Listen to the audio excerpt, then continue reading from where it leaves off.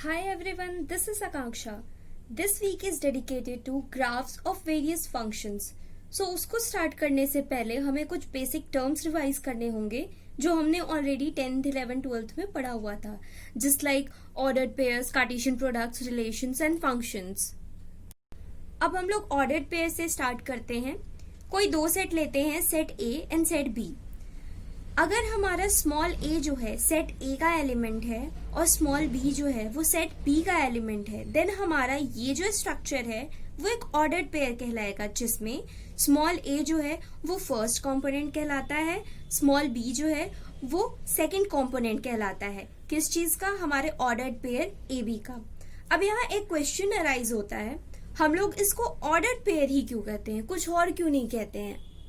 अगर हम लोग इस स्ट्रक्चर को थोड़ा ध्यान से देखें तो ए और बी जो है वो हमारा एक पेयर में लिखा गया है, separated by a comma and within a parenthesis. इन दोनों में एक यूनिक रिलेशन होता है. इसे हम लोग एक एग्जांपल की हेल्प से समझते हैं. कोई दो सेट्स लेते हैं हम लोग A and B, such that A जो है वो हमारा सेट ऑफ स्टूडेंट्स है, for example Ram and Shyam. B जो है वो हमारा सेट ऑफ लैंग्वेजेस है, हमने हिंदी और इंग्लिश ले लिया है. Now let us take a relation from set A to set B such that हर एक स्टूडेंट जो है सेट A का वो हर एक लैंग्वेज बोल सकता है सेट B का. दैट इज राम हिंदी भी बोल सकता है, राम इंग्लिश भी बोल सकता है, श्याम हिंदी भी बोल सकता है, श्याम इंग्लिश भी बोल सकता है. ऐसा करके हमें 4 पेयर्स मिले हैं, Ram Hindi, Ram English, Shyam Hindi, Shyam English.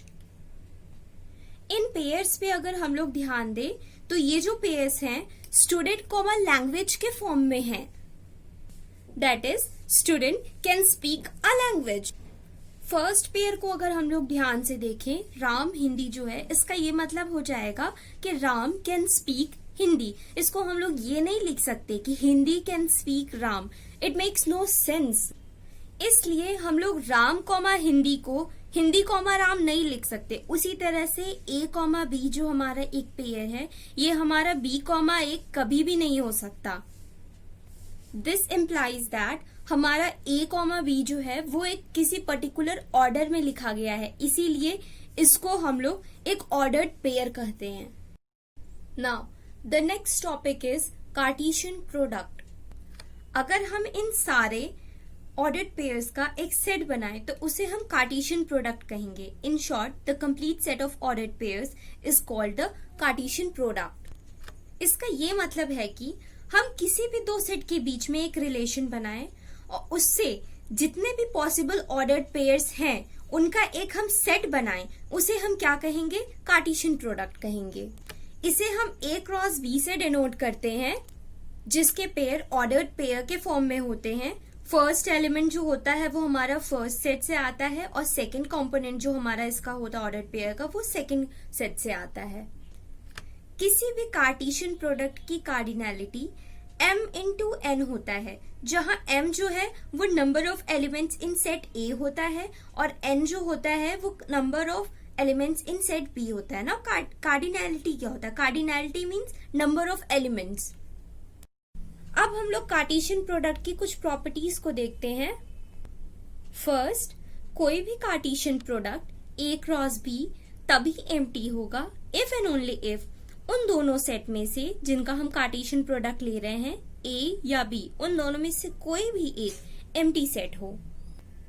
Second, किसी भी दो non empty set A and B का Cartesian product A cross B उनके reverse Cartesian product B cross A के बराबर तब तक नहीं होगा जब तक कि वो दोनों sets A and B equal ना हो. Third, A cross B intersection B cross A तभी नॉन एम्प्टी होगा जब उन दोनों सेट का इंटरसेक्शन भी नॉन एम्प्टी होगा. फोर्थ, किसी भी दो सेट्स का इंटरसेक्शन करने पर हमें n नंबर ऑफ एलिमेंट्स मिलते हैं तो उनके Cartesian product and reverse Cartesian product का इंटरसेक्शन करने पर हमेशा हमें n square number of elements मिलते हैं. अब हमारा नेक्स्ट टॉपिक है रिलेशंस. ए एंड बी हमारी कोई भी नॉन एम्प्टी सेट्स हैं एंड ए क्रॉस बी जो है वो उनका कार्टेशियन प्रोडक्ट है. देन कोई भी सबसेट उस कार्टेशियन प्रोडक्ट का ही रिलेशन कहलाता है from set A to set B. Relations कई टाइप्स के होते हैं, for example reflexive, symmetric, asymmetric, antisymmetric and so on. ये काफी लंबे हैं तो इनके लिए हम अलग से एक पर्टिकुलर वीडियो बना देंगे, इसमें हम कवर नहीं करेंगे। Now moving on to next topic, functions. कोई भी दो non empty set A and B लेते हैं एंड एफ एक रिलेशन लेते हैं किससे, सेट ए से सेट बी के ऊपर। रिलेशन अभी जस्ट हमने पढ़ा था, रिलेशन क्या, कोई भी सबसेट किसी कार्टेशियन प्रोडक्ट का उसे हम रिलेशन कहते हैं। अब कार्टेशियन प्रोडक्ट क्या होता है, it is the set of all possible ordered pairs from one set to another set. So हम यहाँ वापस अपने फंक्शंस पे आते हैं। हर एक एलिमेंट ए के लिए जो कि सेट ए में बिलोंग करता है, एक यूनिक एलिमेंट बी एग्जिस्ट करता है, किसमें, बी में, such that ordered pair A B जो है वो बिलोंग करता है किसमें, एफ हमारा जो रिलेशन था उसमें। तब हम एफ को क्या कहेंगे, एक फंक्शन कहेंगे। सो एफ हमारा क्या हो गया, एक मैपिंग हो गया किससे, सेट ए से सेट बी पे। इसको हम ए इंटू बी भी कहते हैं। इसको हम इस तरह से डिनोट करते हैं, function f is such that set A to set B, that is f of A is equal to B.